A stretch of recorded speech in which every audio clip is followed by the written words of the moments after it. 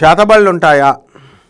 మరి ఈ చాలామంది ఏమండి మాకు చేతబళ్ళు చేశారండి, మరి ఇవన్నీ కూడా ఉంటాయా అండి అని అడుగుతూ ఉంటారు. ఎందుకుండవమ్మా, దేవుడున్న చోట దెయ్యం కూడా ఉంటుంది. నమ్మినప్పుడు మనము దేవుడిని నమ్ముతాం, చేతబడిని నమ్ముతాం.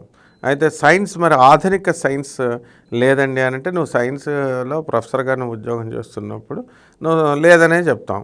మరి జ్యోతిష్కుడిగా నామాలు పెట్టి కూర్చున్నప్పుడు చెప్పాలి కదా ఉన్నదని.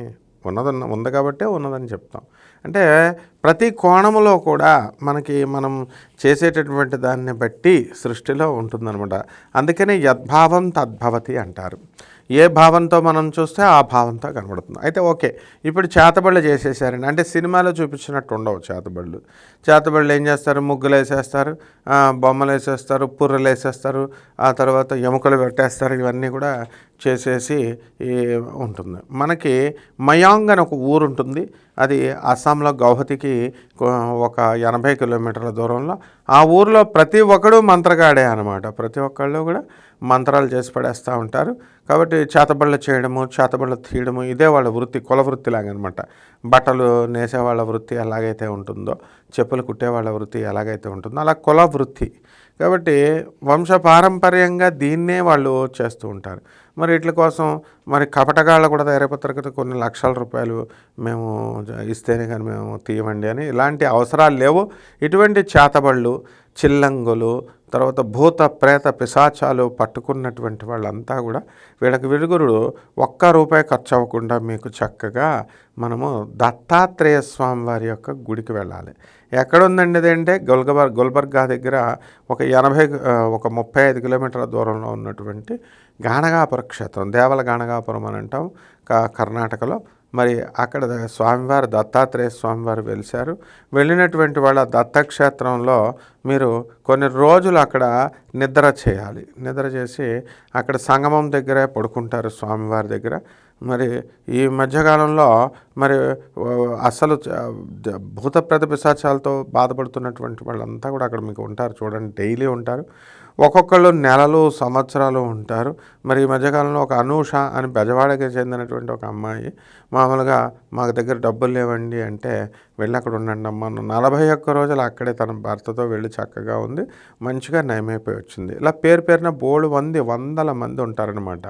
కాబట్టి అక్కడ మనం ఏదో వెళ్ళాము, వచ్చేసాము, దర్శనం చేసేసుకున్నాం, వచ్చేసాం అన్నట్టు కాకుండా అక్కడ స్వామివారి యొక్క భక్తితో, స్వామివారి మీద భక్తితో, ఆయన దగ్గరే మనం అన్షేకబుల్ ఫెయిత్తో, మంచి నమ్మకంతో మనం కూర్చొని మనం ఇవన్నీ కూడా చేసినప్పుడు ఖచ్చితంగా ఈ యొక్క చేతబళ్ళు, చిల్లంగులు అనేటటువంటివి పోతాయి.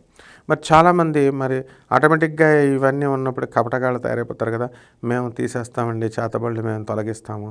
వీళ్ళకి ఆ మానవులకు ఆ శక్తి ఉండదు. కాబట్టి దీనికి తీసేటటువంటి ఏకైక జగద్గురువు మనకి దత్తాత్రేయ స్వామి వారు. ఆయన కూడా పిశాచ రూపాయ అంటాము. ఆయన పిశాచ రూపంలో ఉంటారు. ఉన్మత్త వేషాయ అంటాం. ఉన్మత్త వేషధారణలో, వేషరూపంలో ఉండి చక్కగా ఎవరికి ఎలా ట్రీట్మెంట్ చేయాలో అలా ట్రీట్మెంట్ చేసే ఏకైక దత్తక్షేత్రం అనమాట. ఇంకా మీకు ఎక్కడ చూడండి, దత్తక్షేత్రాల్లో కూడా మిగతా చోట పిశాచ బాధలు ఉన్నటువంటి వాళ్ళు ఎక్కడికి కూడా రారు. మరి కేవలము గాణగాపురంలో మాత్రమే మీకు చక్కగా ఈ యొక్క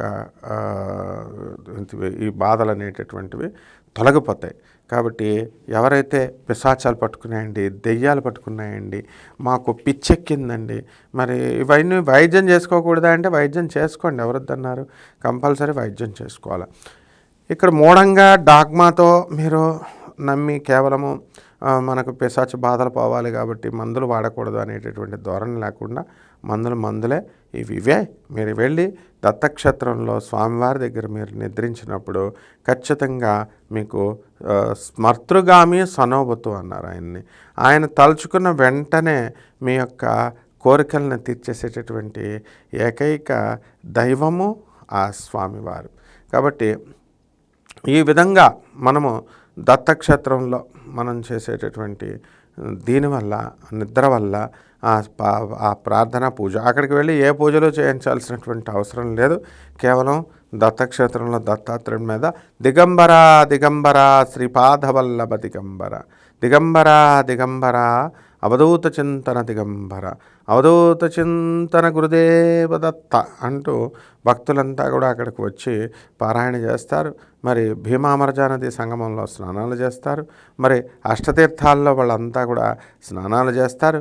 మరి వీళ్ళందరి యొక్క బాధలు, పిశాచ బాధలు, చేతబడి బాధలు, చెల్లంగి బాధలు ఇవన్నీ కూడా మీకు తొలగిపోవడం అనేటటువంటివి జరుగుతాయి. శుభమస్తు.